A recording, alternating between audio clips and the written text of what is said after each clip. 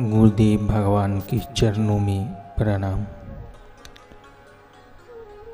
ब्रह्मलीन ब्रह्मनिष्ठ परम पूज्य स्वामी श्री लीला साहजी महाराज की अमृत वाणी मन को सीख भाग 2। मन को प्रतिदिन दुखों का स्मरण कराओ। जीवन जन्म से लेकर मृत्यु तक दुखों से भरा पड़ा है। गर्भवास का दुख, जन्मते समय का दुख, बचपन का दुख, बीमारी का दुख, बुढ़ापे का दुख तथा मृत्यु का दुख आदि दुखों की परंपरा चलती रहती है। गुरु नानक कहते हैं, नानक दुखिया सब संसार। मन को प्रतिदिन इन सब दुखों का स्मरण कराइए। मन को अस्पतालों के रोगी जन दिखाइए, सब यात्रा दिखाइए, शमशान भूमि में धू धू जलती हुई चिताएं दिखाइए। उसे कहे, रे मन, अब तो मान ले मेरे लाल, एक दिन मिट्टी में मिल जाना है अथवा अग्नि में खाक हो जाना है। विषय भोगों के पीछे दौड़ता है पागल। ये भोग तो दूसरी योनियों में भी मिलते हैं। मनुष्य जन्म इन क्षुद्र वस्तुओं के लिए नहीं है। यह तो अमूल्य अवसर है। मनुष्य जन्म में साध सकते हैं। यदि इसे बर्बाद कर दोगे तो बारंबार ऐसी देह नहीं मिलेगी।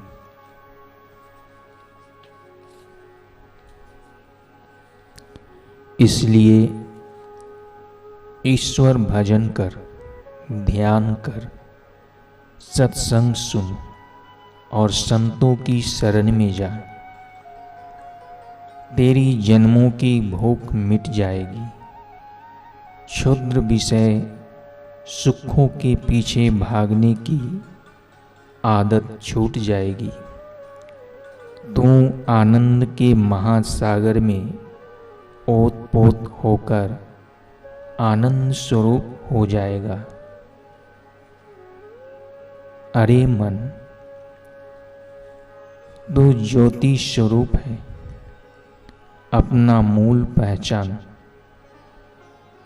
84 लाख के चक्कर से छूटने का यह अवसर तुझे मिला है और तू मुट्ठी भर चनों के लिए इसे नीलाम कर डालता है पागल। अरे प्यारे, अब तो जाग।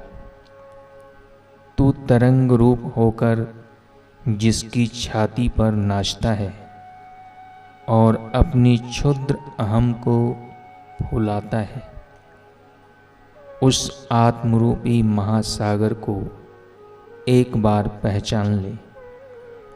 फिर तो समस्त दुख अस्थायी रूप से उन्मूलित हो जाएंगे, नेस्तनाबूद हो जाएंगे। इस प्रकार मन को समझाने से मन स्वतः ही समर्पण कर देगा। तत्पश्चात एक आज्ञाकारी व बुद्धिमान बच्चे के समान आपके बताए हुए सन्मार्ग पर खुशी खुशी चलेगा।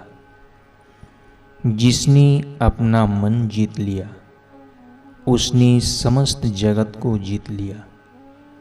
वह राजाओं का राजा है, सम्राट है, सम्राटों का भी सम्राट है। संत और सम्राट। एक बार एक संत श्री राज दरबार में गए और इधर उधर देखने लगे। मंत्री ने आकर संत श्री से कहा, हे साधु, यह राज दरबार है, आप देखते नहीं कि सामने राज सिंहासन पर राजा जी विराजमान हैं, उन्हें झुककर प्रणाम कीजिए। संत श्री ने उत्तर दिया, अरे मंत्री, तू राजा से पूछकर आ कि आप मन के दास हैं या मन आपका दास है। मंत्री ने राजा के समीप जाकर उसी प्रकार पूछा। राजा लजा गया और बोला, मंत्री, आप यह क्या पूछ रहे हैं? सभी मनुष्य मन के दास है। मन जैसा कहता है वैसा ही मैं करता हूँ। मंत्री ने राजा का यह उत्तर संत श्री से कहा। वे यह सुनकर बड़े जोर से हंस पड़े और बोले, सुना मंत्री, तेरा राजा मन का दास है और मन मेरा दास है, इसलिए तेरा राजा मेरे राजा का दास हुआ। मैं उसे झुककर किस प्रकार प्रणाम करूं? तेरा राजा राजा नहीं, पराधीन है।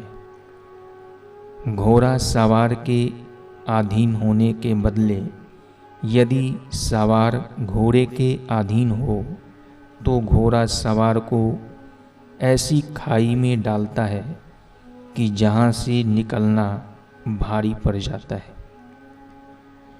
संत श्री के कथन में गहरा अनुभव था। राजा के कल्याण की सद्भावना थी। हृदय की गहराई में सत्यता थी। अहंकार नहीं, किंतु स्वानुभूति की स्नेहपूर्ण टंकार थी। राजा पर उन जीवन मुक्त महात्मा के सानिध्य, वाणी और दृष्टि का दिव्य प्रभाव पड़ा। संत श्री के ये शब्द सुनकर राजा सिंहासन से उठ खड़ा हुआ, आकर उनके पैरों में पड़ा। संत श्री ने राजा को उपदेश दिया और मानव देह का मूल्य समझाया।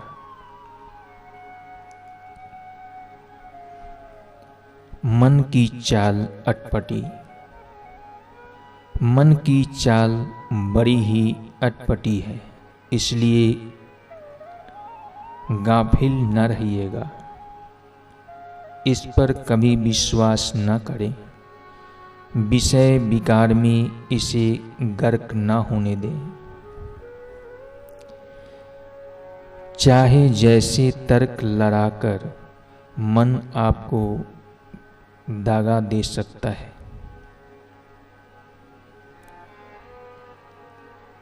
अबस और अशुद्ध मन बंधन के जाल में फंसाता है। बस किया हुआ शुद्ध मन मोक्ष के मार्ग पर ले जाता है।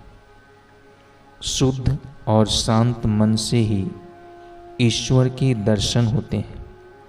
आत्मज्ञान की बातें समझ में आती है, तत्व ज्ञान होता है।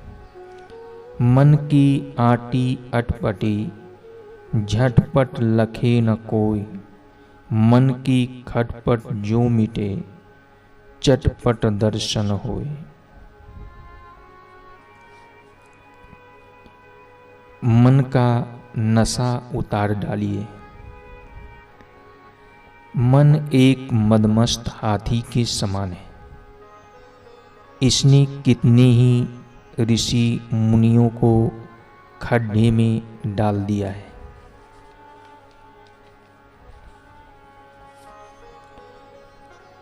आप पर यह सवार हो जाए तो आपको पर पछाड़ कर रौंद दे। निरंतर सजग रहे, इसे कभी धांधली न करने दे, इसका अस्तित्व ही मिटा दे, समाप्त कर दे। हाथ से हाथ मसल कर, दांत से दांत भींच कर, कमर कसकर, छाती में प्राण भरकर जोर लगाओ और मन की दास्तां को कुचल डालो। बेड़ियां तोड़ फेंको, सदैव के लिए इसके शिकंजे में से निकलकर इसके स्वामी बन जाओ। मन पर विजय प्राप्त करने वाला पुरुष ही इस विश्व में बुद्धिमान और भाग्यवान है। वही सच्चा पुरुष है जिसमें मन का कान पकड़ने का साहस नहीं, जो प्रयत्न तक नहीं करता वह मनुष्य कहलाने के योग्य ही नहीं। वह साधारण गधा नहीं अपितु मकरानी गधा है। वास्तव में तो मन के लिए उसकी अपनी सत्ता ही नहीं है, आपने ही इसे उपजाया है। यह आपका बालक है, आपने इसे लार लड़वा कर उन्मत्त बना दिया है। बालक पर विवेकपूर्ण अंकुश हो, तभी बालक सुधरते हैं। छोटे पेड़ की रक्षार्थ कांटों की बाढ़ चाहिए। इसी प्रकार मन को भी खराब संगत से बचाने के लिए आपके द्वारा चौकी रूपी बाढ़ होनी चाहिए। मन को देखें, मन के चाल चलन को सतत देखें। बुरी संगत में जाने लगे तो उसके पेट में ज्ञान का छुरा भोंक दे। चौकीदार जागता है तो चोर कभी चोरी नहीं कर सकता। आप सजाग रहेंगे तो मन भी बिल्कुल। मन के माया जाल से बचे।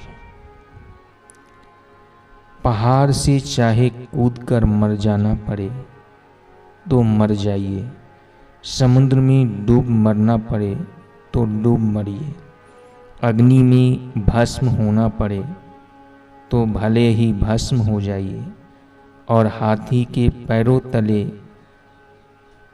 रौंदना पड़े तो रौंद जाइए, परंतु मन के माया जाल में मत फंसिए।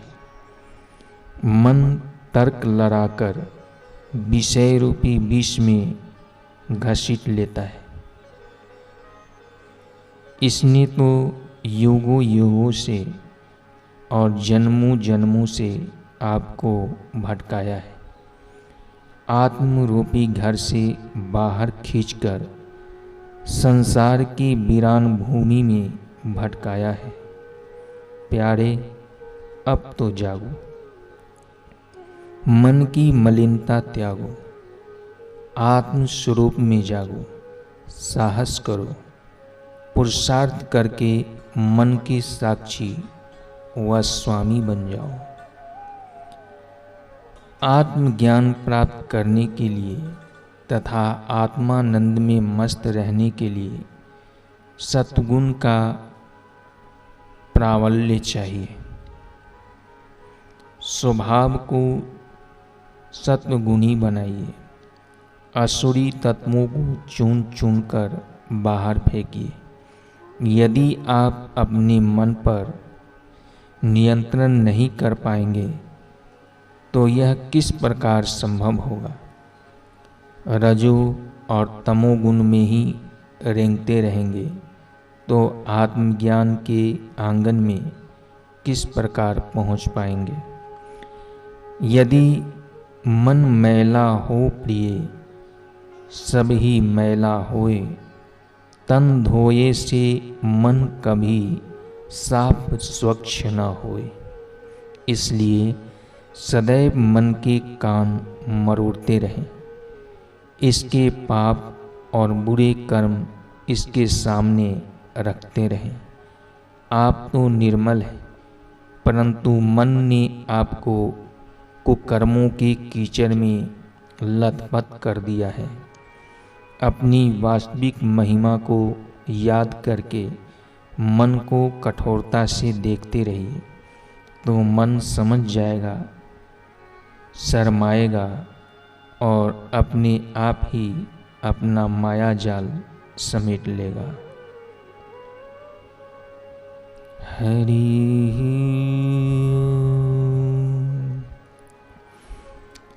आगे का ये स्वामी जी का प्रवचन भाग 3 में सुनाए जाएंगे। हरि